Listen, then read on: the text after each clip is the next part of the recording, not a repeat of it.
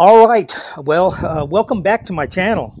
I think it's been at least a month since I uploaded my last video. So today I just want to give a quick update on my status for the Appalachian Trail this year. But mostly in today's video, I want to compare my experience on the Appalachian Trail versus the Camino de Santiago. But first, let's do the update. For those of you that have been following my vlogging while I was on the Appalachian Trail, you know that at mile 530, I got some unexpected news from home and had to return. Basically, I found out that but the lease on my home, actually, I was not going to be able to renew it, and I needed to, and it was going to expire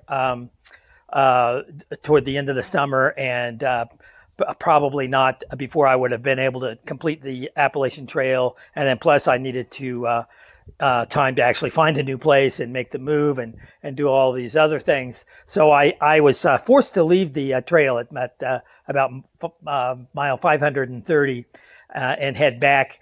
And so I have been leaving everything open, the possibility of maybe being able to return to the trail and you know, maybe do a flip-flop or something like that in order to complete my hike this year. But that's not going to happen this year. So I'm still hoping to complete my hike of the Appalachian Trail, but I'm going to have to do it, you know, maybe next year. And, you know, whether it's going to be a flip-flop, you know, I might be forced to do it in sections. My dogs are wanting to be part of the video. But anyway, that's, I think I'm pretty well decided that, that it's definitely not going to be I'm not going to be back on the trail this year. And for a number of reasons, and these two pups right here, believe it or not, they are pups. They're only 9 months old. And I realized that, you know, they really need a lot more of my attention. So I've got to be taking care of that. And then also I've got a class reunion coming up that if I had gotten back on the trail, I would have to leave again to, you know, to take care of that. I was planning on doing that anyway. Actually, I was planning on being finished with the trail in time to take care of that. But there's no way if I had gotten back on the trail that I would have been done in time. I would have had to leave the trail again to do that. And then also my residency visa here in Mexico will be expiring, and I'm going to need to renew that in September. So there's a lot that needs to be done here in San Miguel de Allende, Mexico. And so getting back on the AT this year, I've decided is not going to happen. It's going to be next year. But that doesn't mean that's going to be the end of my hiking. There's lots of trails here in San Miguel, and there's even some a hiking group that goes out and does some of the trails. And in fact, tomorrow I'm going to be heading out on one of those trails and spending some time with the hiking people here in San Miguel de Allende. So I'll probably include that in possibly my next video. So yeah, there's a lot that I need to take care of here in Mexico before I think about getting back on the AT. So right now, today, I just want to talk about, you know, my experience on the Appalachian Trail, the AT, versus the Camino de Santiago, which I did last summer. And there's definitely some similarities, but they're also very, very different. And so a lot of people that have been following my vlog, actually, originally I vlogged my Camino de Santiago, so a lot of my early subscribers, you know, were following me on the Camino de Santiago. But actually, once the day that I started the Appalachian Trail, all of a sudden my subscriptions quadrupled, I think. I wasn't even at 1,000 subscribers. I was just a little short of 1,000 subscribers before I started hiking the AT, but it quickly went up to over 5,000 subscribers, which isn't a lot compared to, you know, real YouTubers. But there's definitely the hiking community has definitely found my my channel and started to follow it. So so let's talk about the Camino de Santiago versus the Appalachian Trail. I've got both of my caps here, so I can wear both caps. There's my AT cap and my Camino cap. And so let's start off with getting there. You know, how did I get there? When obviously, the Camino de Santiago, for the most part, is in Spain. It also goes through some other countries. In fact, there's many different routes of the Camino de Santiago that are different lengths. You can start. I was hiking with people or met people on the Camino that had started their hike in I think there was one that had started in Switzerland, I think. And you can start all over Europe, lots of different places. One of the more popular, becoming more popular now, is the Portuguese route, and most of that actually is in Portugal until the end. And when you enter Spain and terminate they all end at Santiago. Spain. But I did the most popular route. I did since I'm talking Camino, let me put on my Camino cap. I did the most popular route, which is they refer to as the French route, which begins in Saint-Jean-Pied-de-Port, France. So getting there, I obviously, since I started, actually at the time I was still living in the United States. I hadn't moved to Mexico yet. I moved to Mexico right after I finished the Camino.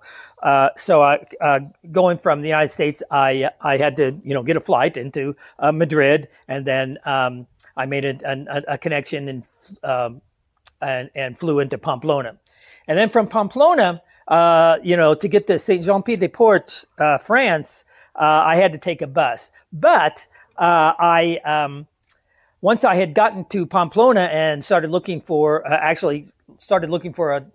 taxi or a shuttle to get to the bus station, I actually met some other pilgrims. That's another distinction. On the Camino, the hikers are referred to as pilgrims. And so I met some other pilgrims that were on their way to Saint-Jean-Pied-de-Port, and looking for the bus station. So I actually shared a taxi with some of them to get to the Pamplona bus station, and then took a bus into Saint-Jean-Pied-de-Port. And there, once you're there, it's a nice little town in south western France, and I spent some time there. Had some good meals, ate some good French cuisine, but that's also where there's a Camino place where you register for, just like at Amacola Falls, where you register and get your little tag for your hiking of the AT. You register, they give you a little bit of advice, and they give you some little guides to help you along the way. And then you can also pick up a little shell. The symbol for the Camino de Santiago is a shell, and so I picked up my shell there.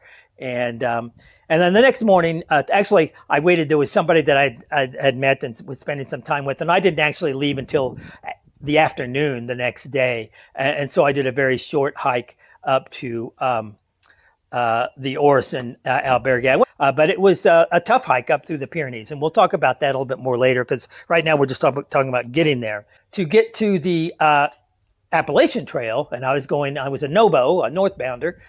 So I started in Georgia at Amacola Falls. So, but by that time I was living here in Mexico.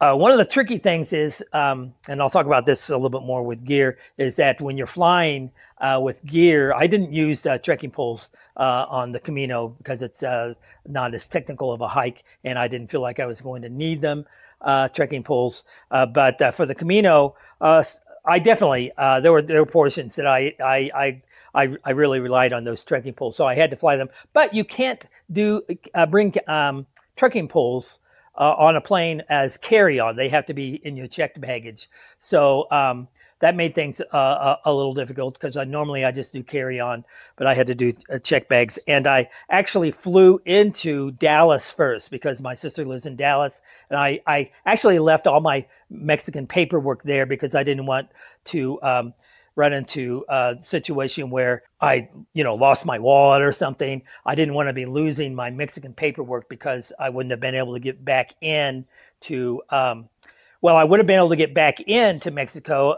just with a regular tourist visa, but that would have nullified my residency.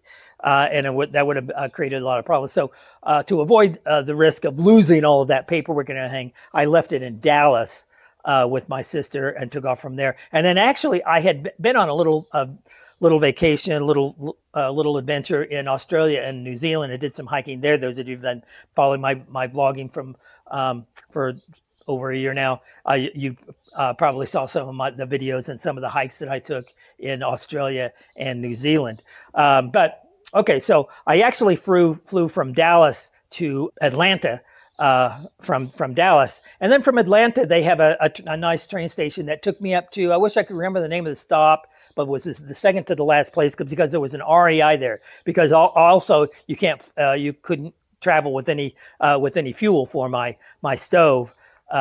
I had to buy that there. And so there was a train that sort of went in the direction of Amicalola Falls. And the second to the last stop, there was an REI there. So I stopped there and got the gas for my stove. And then from there, I just took an Uber actually to Amicalola Falls, checked in. And then actually, just like Orison, there's the Amicalola Lodge is the place that I've seen in a lot of videos, and that's where in the movie A Walk in the Woods, where Bill Bryson, played by Robert Redford, that's where he spent his first night before taking off on the Appalachian Trail. So I thought it'd be fun to actually spend a night there. So just like I did a short hike up to Orison from Saint-Jean-Pied-de-Port on that first day. I took an even shorter hike, but pretty steep hike up the Amicalola Falls to the lodge there, and spent my first night there in the lodge. And so technically didn't actually get to the Appalachian Trail until the end of the next day. Yeah, that's how I sort of got there for both of them. So it's a little bit different. Obviously, when you're traveling to another country, like I had to do with Spain, it's a little bit more difficult. But the AT had people from all around the world that came in, and they had to negotiate their visas and things like that. And in some cases, depending on where you're coming from, the United States actually is. If you're American traveling around the world, it's fairly easy to get visas into just about any place. And a lot of times you can just do it right there at the border. You might have to pay a little, like $25 fee or something like that, but it's pretty easy. It's actually, depending upon where you're coming from, more difficult for people coming from other countries into the United States. So those people traveling from other countries trying to get to the AT, and a lot of times the United States will just give you a limited number of days on your visas, which is not enough to hike the entire trail. So you had to make special arrangements for that. But people managed to do it. There were a lot of people from, I think Germany was probably the most popular place people were from that I ran into on the Appalachian Trail. So it's a little bit different for everybody getting to the trail. There were a lot more people I ran into on the Appalachian Trail who actually lived very close to the trail, and so it made it fairly easy for them. But even if you're from the United States, if you're from the West Coast or something, it can be a little tricky. Like like it was for me getting I actually had come from New Zealand to Dallas to Atlanta to begin my hike. So getting there is a little bit different for everybody, but you have to navigate that stuff. No matter what. So there's getting there. Now, generally, the trails are indeed very different. The Appalachian Trail is a wilderness trail, whereas the Camino de Santiago is a hike through basically the countryside from village to village. So the trails are very different. That's not to say that there aren't some challenging points on the trail. In fact, hiking up through the Pyrenees that first couple of days actually, since I stayed in Orison, that was some serious ascents. I believe it was over 2,000 feet up from Saint-Jean-Pied-de-Port to the highest peak in the Pyrenees. It might have even been more than that. So it was fatiguing and challenging. If you watch the first day of my hike, I was saying how pooped I actually was, because I actually didn't quite have my trail legs yet. Anyway, so the hike up through the Pyrenees was challenging for me. However, it was nothing like hiking through the mountains, almost constantly up and down, and the terrain is much more rugged, and so it was a lot more challenging.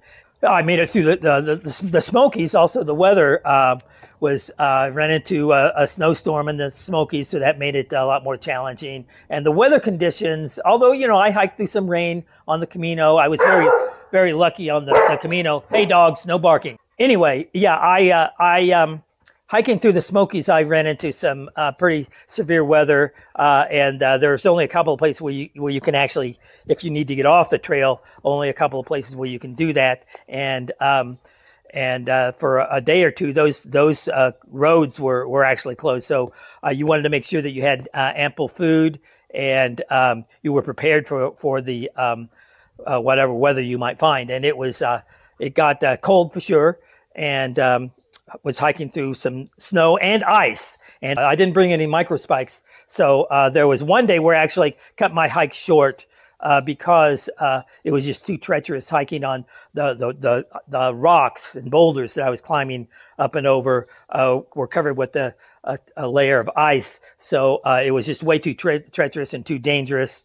And so I cut my hike. I only did like 4 miles that day, and decided I'd better get to a place where I could pitch my tent and call it a day. Actually, in the Smokies, you're not supposed to pitch your tent. You're supposed to stay in the shelters.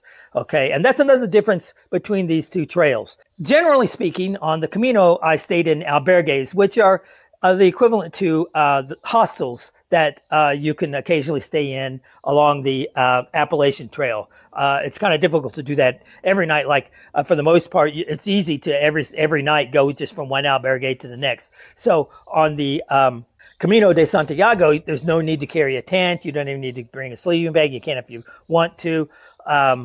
And you don't have to carry any cooking gear or anything like that. I'll get into that in more detail when I start talking about the gear that I carried in my pack. Now, when I was hiking the Camino, I was sort of looking at that as a type of maybe a shakedown hike. It wasn't really the type of hiking. I wasn't pitching my tent or anything, so it wasn't a shakedown in that sense. But it was a good way for me to get used to day after day putting in a good long hike of several miles or kilometers each day. So it was good for that. But since I was considering that as a type of shakedown hike or preparation for the Appalachian Trail, I actually carried a lot more than I normally would have in my pack, or more than I needed, just because I wanted to increase the weight in my pack to get it closer to what I would have to carry on the Appalachian Trail. So the trails are very different. So most nights I was in a tent on the Appalachian Trail, things I didn't have to deal with on the Camino. I was just staying in the albergues. Now, the albergues, like I said, are kind of like hostels, but the ambiance is a little bit different. The whole Camino has this a different ambiance than the Appalachian Trail. Whenever you see whenever someone would see you and recognize you as a pilgrim, they would greet you with Buen Camino, and which is essentially wishing you a good hike. So yeah, the trail's different. The gear. Let's talk a little bit about the gear. You have to bring, cooking gear. You don't necessarily have to bring cooking gear. A lot of people would do something called cold soaking, where if you brought some sort of like a dehydrated meal, normally you would boil your water and then put that in the dehydrated meal and sort of cook it as it hydrated. Digger, no. And you would heat it up as you were hydrating it. For people that wanted to be more ultralight and reduce the weight of not having to carry a stove or a gas container, anything like that, what they would do is their dehydrated meals and when they started their hike in the morning, they would pour just cold water in there and let it hydrate all day long as they were hiking. And then when it was time for their lunch or dinner, whenever they were going to eat it, it would be hydrated, but so it would be edible, but it would not be warm. I chose to carry a stove because I wanted my meals to taste better. So, and then I also mentioned, since we're talking about gear, that I absolutely needed and used my trekking poles on the Appalachian Trail. The trail was such that I definitely would have. Well, it's not that I didn't fall on occasion, but I definitely would have fallen and lost my footing a lot more on the AT had I not had those trekking poles. I didn't bother with trekking poles on the Camino and didn't really need them. Might have been nice on a few occasions, especially if I was doing a steep ascent to sort of like take some of the strain off of my legs. But and a lot of people do hike the Camino with trekking poles. Now, after I've talked about how much more difficult and treacherous the Appalachian Trail is, my most serious injury actually occurred on the Camino de Santiago. And fortunately, it was on the very last day of my hike. I think I was less than 2 miles, maybe only about a mile from the end of the hike on my very last day. And I was actually, in a town and walking along a sidewalk, and, I was probably looking at my phone, I think. Yeah, in fact, I definitely remember I was looking at my phone and not watching where I stepped, and I stepped over the edge of a curb, and I messed up my right ankle really bad. But fortunately, it was the last day of my hike, and it didn't really, since the inflammation hadn't really set in yet, I was able to finish my hike that day. But once I stopped hiking, it swelled up significantly and became extremely painful. The water on the trail, there's one of the nice things about the Appalachian Trail compared to other trails in the United States, like the Pacific Crest Trail, the PCT, and the Continental Divide Trail, CDT. Water is much more scarce there. There are places where you can fill some streams and things like that. However, you really should filter that water. But on the Camino de Santiago, there's no need to do that. A typical day you actually hike through, at least a couple of small towns, and all the small towns have fountains right there in the town that are free for people to use, and they're supposedly portable water, so you can drink right out of the fountains.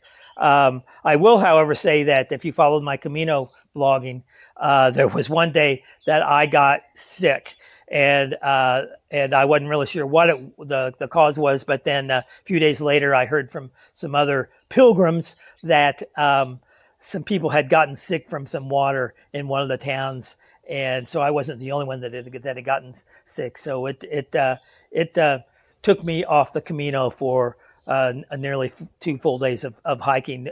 I checked into a hotel to recover, spent a couple of nights in a hotel. So, but yeah, you don't have to worry about, I carried a bottle with me to fill up at the various fountains along the way, so I'd have water to drink if I got thirsty while I was hiking. And as far as food, typically I would leave early in the morning, and knowing that it wouldn't be long before I would enter another town, and probably a place there where I could at least get a cup of coffee and a pastry, if not a nice, breakfast with eggs and bacon and that sort of thing. So I didn't really need to carry much food. I almost always had some sort of snacks with me. I would buy, but I ended up, a lot of the snacks I would buy thinking I would eat on the Camino, I would end up, they would end up with me for several days or even weeks before I would actually get around to eating them, because, water and food along the Camino de Santiago, don't really have to worry about it. There's going to be an ample supply. And so you don't need to carry that. So your backpack can be a lot lighter. And so you don't need to carry all the gear. You don't need to carry a tent or sleeping bag or any of that stuff, really. And so now there's a term that they use, at least on the AT, and hikers in the United States, there's a term that we refer to as hike your own hike.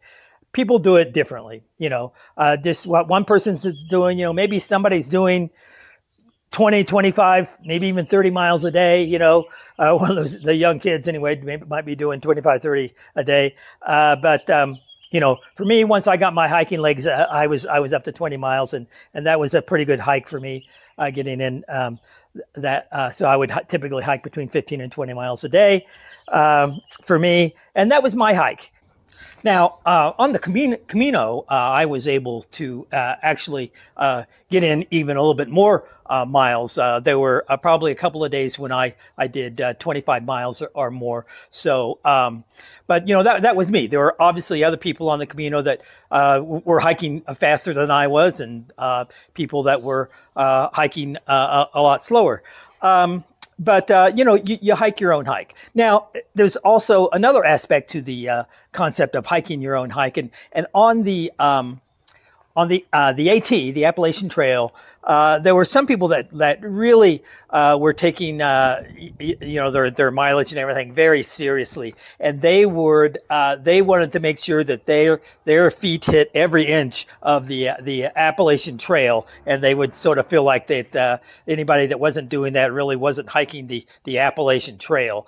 Now, there clearly are some there's things called yellow blazing, where some people actually get off the trail and hitchhike and skip you know, a significant portion of the trail. And in my mind, that would be something that I wouldn't want to do, and I would sort of feel like I was cheating myself, you know. But you know, if somebody else was doing something like that, it didn't really bother me. You know, let them hike their hike and me hike mine. But to the other extreme, there were some people that would, for example, if you were heading into a shelter and the trail comes along this way, you're heading along this way, and there's a path, because the shelters are typically not on the trail. Sometimes they're, you know, a half a mile or more off the trail, so you have to hike a half a mile just to get to the shelter, and then hike a half a mile back if there's only one trail leading to the shelter back. So you've actually walked just to get to that shelter. You added a mile to your hike, but a lot of times, the trail will go along like this, and there'll be a trail that heads to the shelter,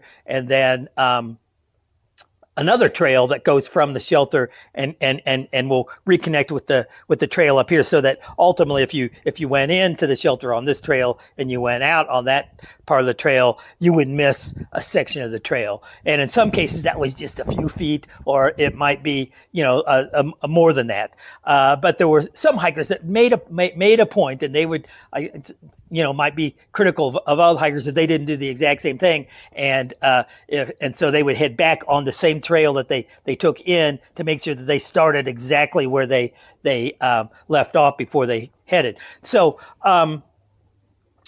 yeah. And in most cases, even if you hiked in on this trail and out on that trail, you still ultimately ended up hiking more mileage than if you had just stayed on the trail. So that was something that I didn't necessarily personally worry about, you know, even though there were some people where the shelter was virtually right on the trail, but they would still make sure that they went back to that exact same point where they officially exited the trail to, and if you didn't do that, these hikers would say that, oh, you didn't hike the whole trail. So, I mean, that gets a little bit, from my perspective, got a little bit ridiculous. And so I didn't worry about things like that. I didn't do any kind of, you know, yellow blazing or anything that would take me off the trail. There's also something called slack packing on the trail, and there's a version of this for the Camino, which I'll talk about too, where if there's a shelter or usually if there's a hostel somewhere, and you can catch a shuttle off the trail to that shelter, and then the next morning take the shuttle back exactly where you left off, and so you'd still be hiking the whole trail, but you would hike to a point where you could catch another shuttle and take you back to the exact same hostel that you spent the night in before, which meant, you know what, you didn't necessarily need to carry your tent and a lot of other stuff, and so you could just go essentially with a day pack, make your pack a lot lighter, so that day's hike would be a lot lighter. And some people would deliberately do that. I actually did that once or twice, not necessarily for the sake of slack packing, but if you watch my videos, there were some cases when I needed to get into a hostel because my sleeping pad had burst and I needed to get another one, and there were circumstances that made it so that that's exactly what I was doing. I was going to be staying at the same hostel for more than one night in a row, and so I ended up slack. I know I did it at least once. I might have. I may. I. I can only recall slack packing once. I might have done it twice. And I slack packed just because it would have been ridiculous for me to unpitch my tent and pack everything up and throw everything into my backpack just to walk that one day and then ultimately end up right back where I was before. So this thing called slack packing, and some hikers think that, oh, if you're slack packing, you're cheating, and others, like me, I didn't lose any sleep over it. So now on the Camino, there's even more opportunities to make life a little bit easier on you. You don't even have to hike to officially have hiked the Camino because there's so many different routes.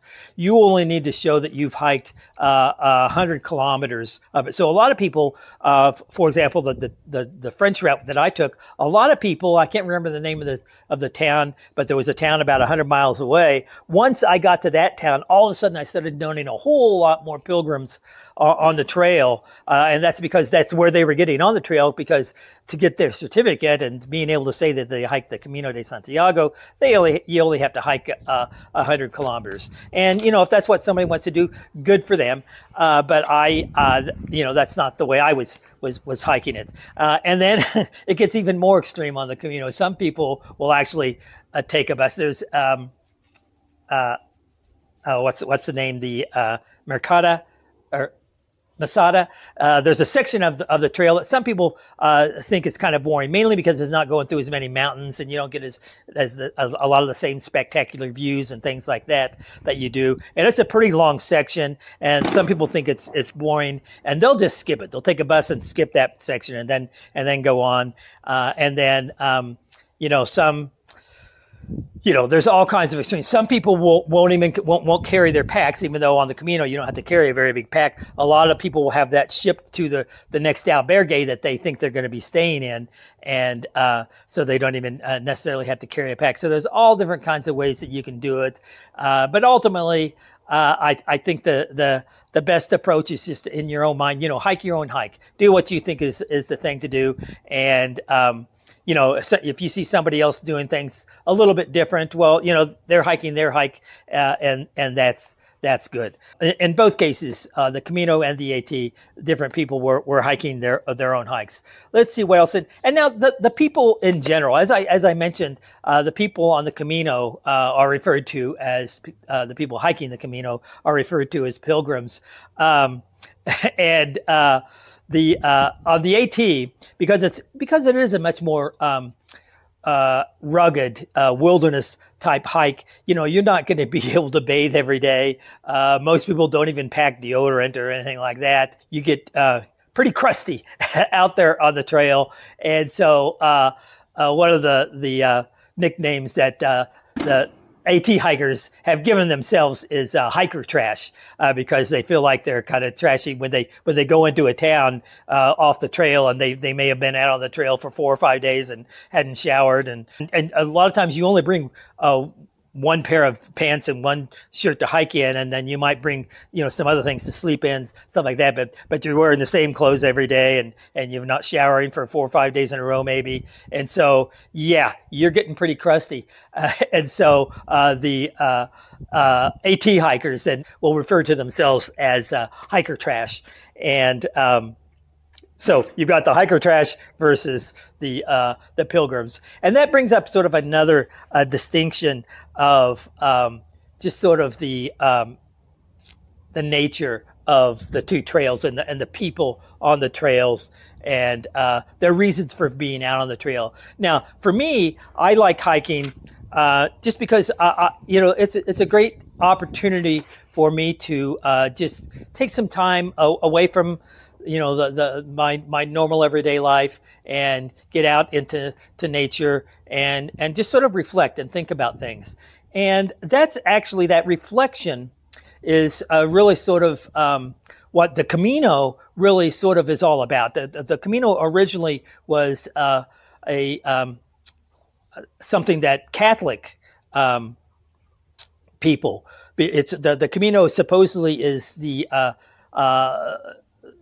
the path that St. James took hiking to Santiago, and Santiago, by the way, the cathedral there is supposedly where the remains of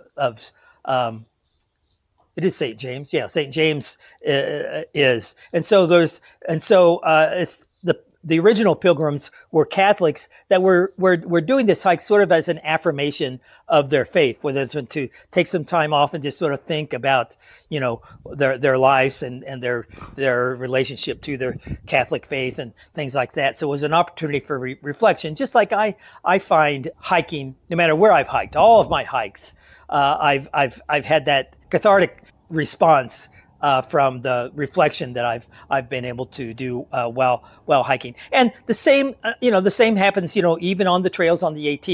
But the AT also, I think, has a greater emphasis on really sort of getting in touch with nature and really experiencing what nature has to give you, the good and the bad. And you know, you hike through a lot of rain and snow and heat and weather, mosquitoes.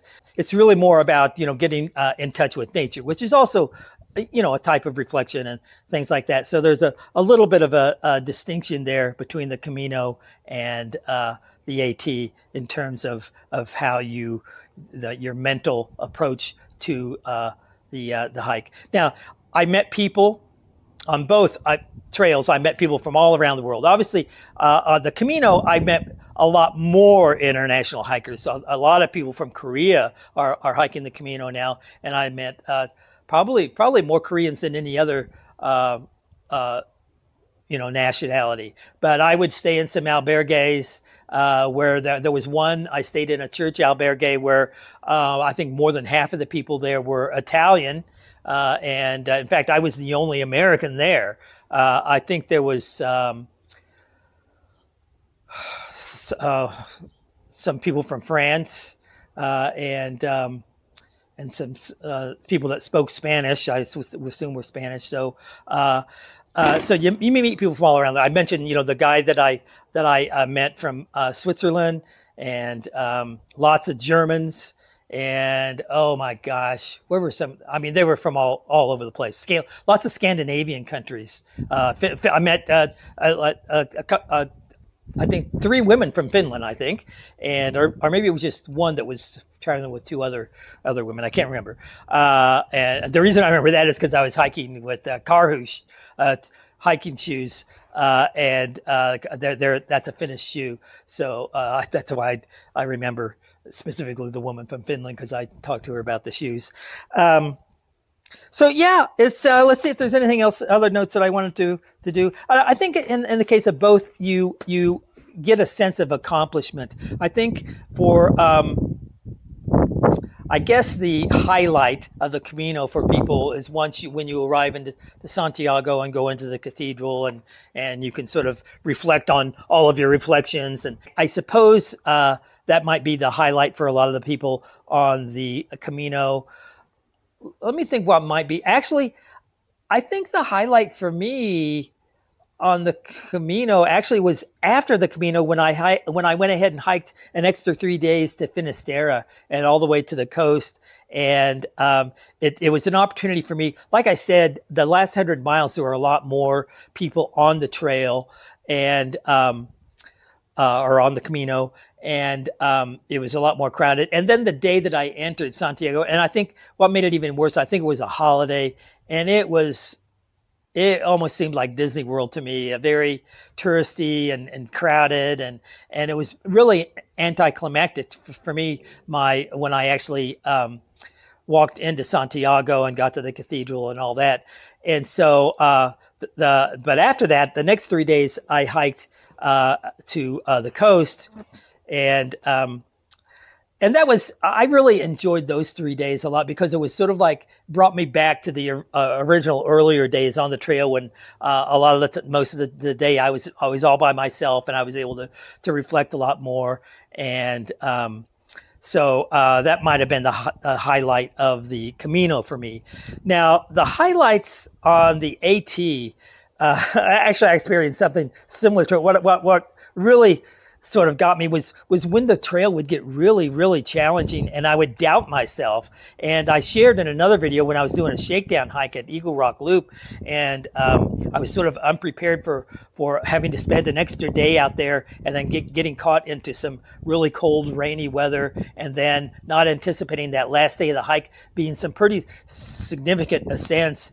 And I actually, on that, what's really a very short, usually, well, it's considered a moderate to difficult hike, especially that last day up where I was doing all those ascents, where I was sopping wet because of this freezing rain, and I was cold and wet, and I was doing these ascents. I was exhausted, and I actually was concerned. I was afraid that I might succumb to hypothermia, and I felt like, maybe my life was actually in danger.